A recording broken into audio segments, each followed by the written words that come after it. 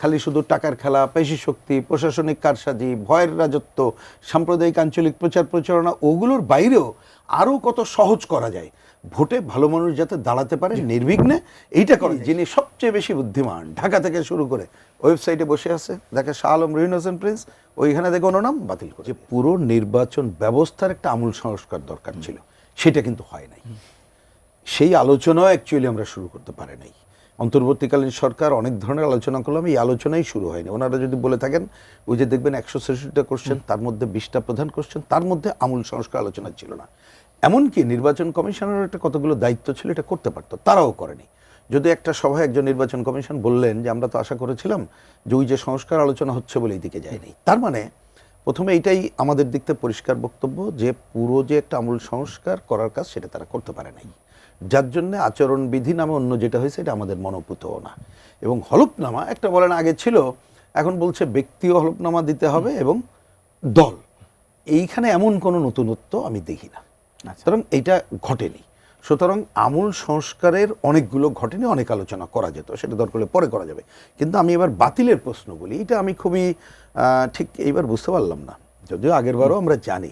একটু শুনে রাখেন আপনি, এই যে আপনি তথ্য দিলেন 723 জন, তো আলটিমেটলি এটা বলা উচিত ছিল যে আপিল বিভাগে যারা আপিল করবে, আপিল হওয়ার পরে চূড়ান্তভাবে বলা যাবে। আপাতত এটা স্থগিত করলাম। যেমন উদাহরণ দিই, আমাদের পার্টি কমিউনিস্ট পার্টির, আপনি হয়তো আপনার মিডিয়াতে অত আসে নাই, জানেন কতজন আমাদেরকে বাতিল করা হয়েছে? 16 জন।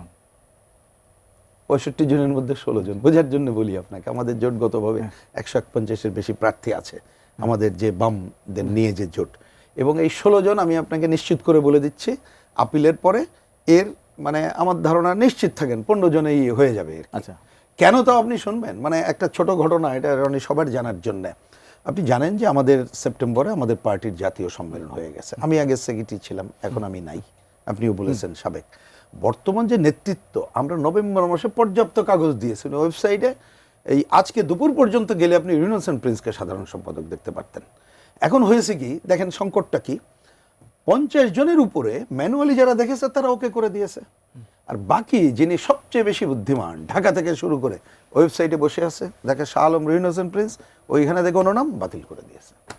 আমরা আজকে দুপুরে যখন আপডেট হলো, দুপুরের পরে সবাই যখন গেল যে আপনি তো এখন দেখতে পাচ্ছেন আপডেট হয়ে গেছে, কারণ এটা দ্রুততার সাথে নির্বাচন কমিশন সেন্ট্রাল করেছে, আমরা ধন্যবাদ জানাই। গতকাল এটা জানার পরে ওরা একদিনের মধ্যে, শুক্রবার ছিল জানেন যে শনিবারের পরে, আজকেই তারা কিন্তু করে দিয়েছে।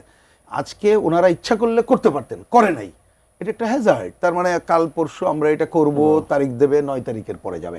এখন আমি জানি না অন্যদের ক্ষেত্রে আরও আছে কিনা, কিন্তু আমরা মনে করি এখনো পর্যন্ত লেখা আছে সামান্য এদিক ওদিক, কিন্তু অবশ্যই যদি ঋণ খেলাপি হয় স্বাক্ষরে গড়মিল থেকে বাতিলই করা উচিত। সুতরাং আমি মনে করি যে এখনো পর্যন্ত এটা বলার সময় আসেনি। তারপরে ধরেন আরও কতগুলো প্রবলেম আছে যেটা আসলে আমরা খুবই ঘোরতর বিরোধিতা করি, অনেক আগে, এখন না, আমরা 8 সাল থেকে বিরোধিতা করি। ধরেন স্বতন্ত্র প্রার্থী হওয়ার বিধান আছে, 1% কেন লাগবে? আপনি তো এটা তো আপনি অন্য অর্থেও যে আপনি তো ভোট গোপন ব্যাপার, এখন আপনি স্বতন্ত্র প্রার্থী হবেন, আমরা ধরে নেন কোথাও 4 লাখ ভোটার, তো 4000 মানুষ আপনাকে দিল, তো গোপনীয়তা ভঙ্গ হলো। এবং এটা কি পসিবল? এটা কিন্তু খুব কঠিন কাজ, এবং এইটা যেভাবে মিলাইতে হয় এইটা আসলে একটা মানে বিরাট কাজ, আমরা এগুলো তো দেখি।